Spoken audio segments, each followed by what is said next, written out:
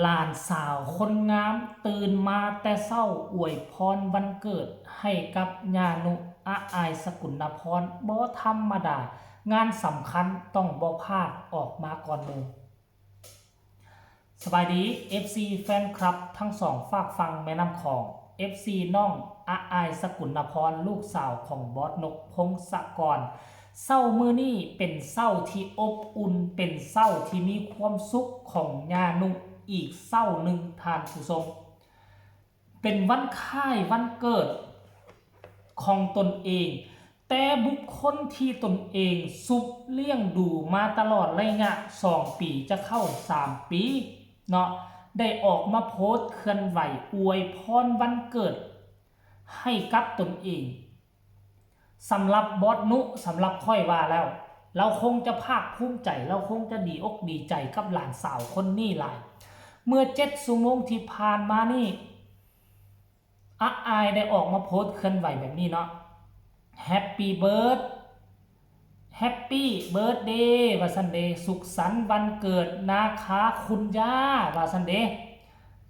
หนูขอให้คุณย่ามีความสุขมากว่าซันสุขภาพร่างกายแข็งแรงว่าซันเดย์ร่ำรวยเงินทองไหลมาเทมาเด้อว่าซันขอให้ยาบ่เจ็บบ่ป่วยอายุยืนยาวขอบใจที่ให้โอกาสหนูว่าซันเดได้มายืนบนเวทีหมอลำเสียงวิหกหนูจะบ่ลืมบุญคุณย่าเลยค่ะฮักเด้อว่าซันขอตังค์แน่เข้าเซเว่น300อ้าวสรุปรวมแล้วตื่นมาแต่เช้ามาอวยพรนี่เพื่อหวังอยากได้เงิน300ไปเข้าเซเว่นแม่นบ่ คงจะบ่แม่นท่านผู้ชม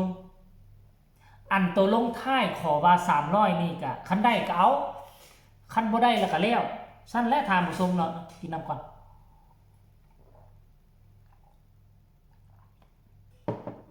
อาอายก็คืออาอายก็คือหลานสาวเนาะหลานสาวจะว่าแนวใดบอสนุกับบ่เครียดบ่ขมดอกมีแต่ความหักความแพงที่จะมอบให้มีแต่ความหักความแพงที่จะเอ็นดูจะเลี้ยงดูปู่เสืออาอายให้เติบใหญ่ต่อไป ซึ่งเป็นวันที่สำคัญมื้อนี้เนาะบ่ฮู้ว่าเพิ่นอายุครบรอบจักปีก็อายุก็สิราวๆบอสนกพงศกรนี่มั้งจะสูสีกับค่อยละมั้งค่อยก็ประมาณ36จะเข้า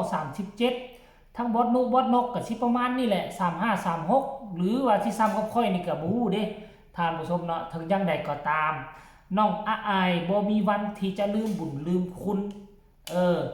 ปกติแล้วนอนตอนสวยจึงตื่นแต่อันนี้7 ชั่วโมงที่ผ่านมาอาอายก็อวยพรแต่เช้าเลยได้เดี๋ยวนี้ก็10 ชั่วโมงบ่10 โมงประมาณ6 7 8 9 10 5 4 โมงเช้าได้เฮ้ยตอนประมาณตีสี่ตีสามตีสี่อาอายก็อวยพรแล้วเพราะฉะนั้นอาอายบ่หลับบ่นอนเลยบ่ทุกคนบ่ต้องหลับต้องนอนหรือว่ามื้อวานนี้ลิ้นซอดแจ้งบ่ในช่วงนั้นก็กำลังจะนอนรับพักผ่อนจะเตรียมเต้ยหรอกเต้ยลาบ่หรือว่าจังใดท่านผู้ชมเนาะก็ขอให้บอดนุสุขภาพร่างกายแข็งแรงร่ำรวยอายุยืนยาวเนาะอยู่ปกป้องซัพพอร์ตบอกสอนอาอายให้ไปถึงฟังฝันหลายกว่านี้ก็แล้วกันเนาะเว้าตามซื่อน่ะคันบ่มีญานุเข้ามาเชื่อได้เลยว่าอาอายลำบากกว่านี้หลายเนาะอาอายลำบากกว่านี้แน่นอนเพราะว่าหยังทุกคนรู้บ่เพราะว่าญานุนี่เปรียบเสมือนเป็นผู้หญิงได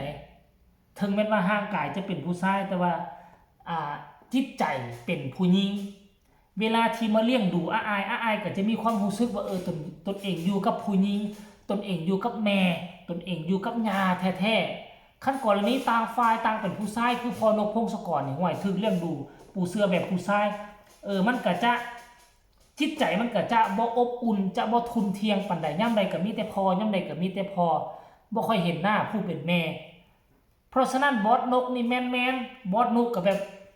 ออกแบบลายๆคือเป็นผู้หญิงเพราะฉะนั้นอุ้มกอดหอมกันมอบความรู้สึก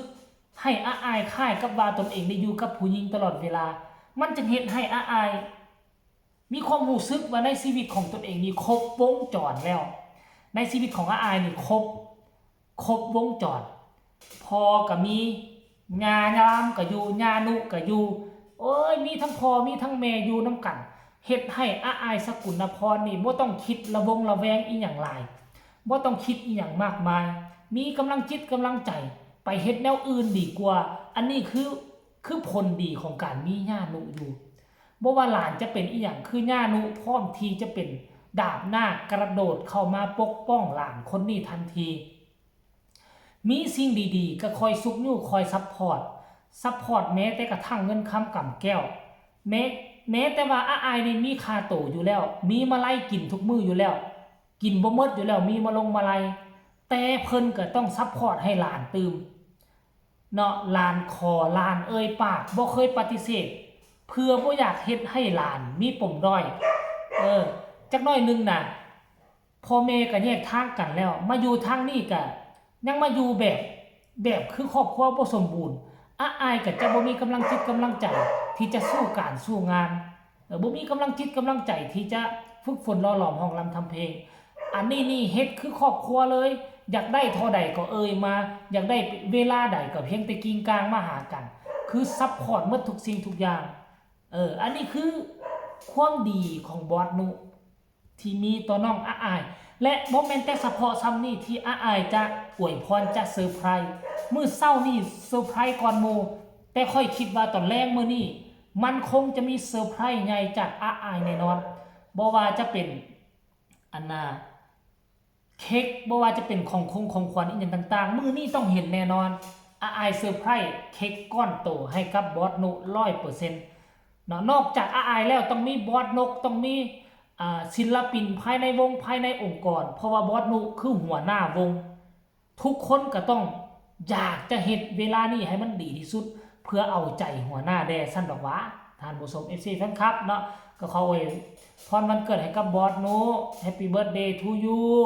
ร่ำรวยมีโอกาสกับพาอายเข้ามาลิ้นทางฟังเวียงจันทน์มาเยี่ยมยามพี่น้องทางฟังลาวได้เด้อเนาะฝากกดไลค์กดแชร์กดติดตามที่สำคัญอย่ากดข้ามโฆษณาผู้ใดมีคำตำหนิติชมคำคิดคำเห็นอยากส่งข่าวหาอาอายอยากส่งกำลังแห่งใจให้กับบอสนุหรือว่าอยากจะอวยพรวันเกิดก็สามารถใส่ช่องทางใต้คอมเมนต์ของช่องเจบอลาวได้ณที่นี่สำหรับคลิปนี้ลาท่านผู้ชมไปก่อนพ่อกันใหม่ในคลิปหน้าก็แล้วกันสบายดี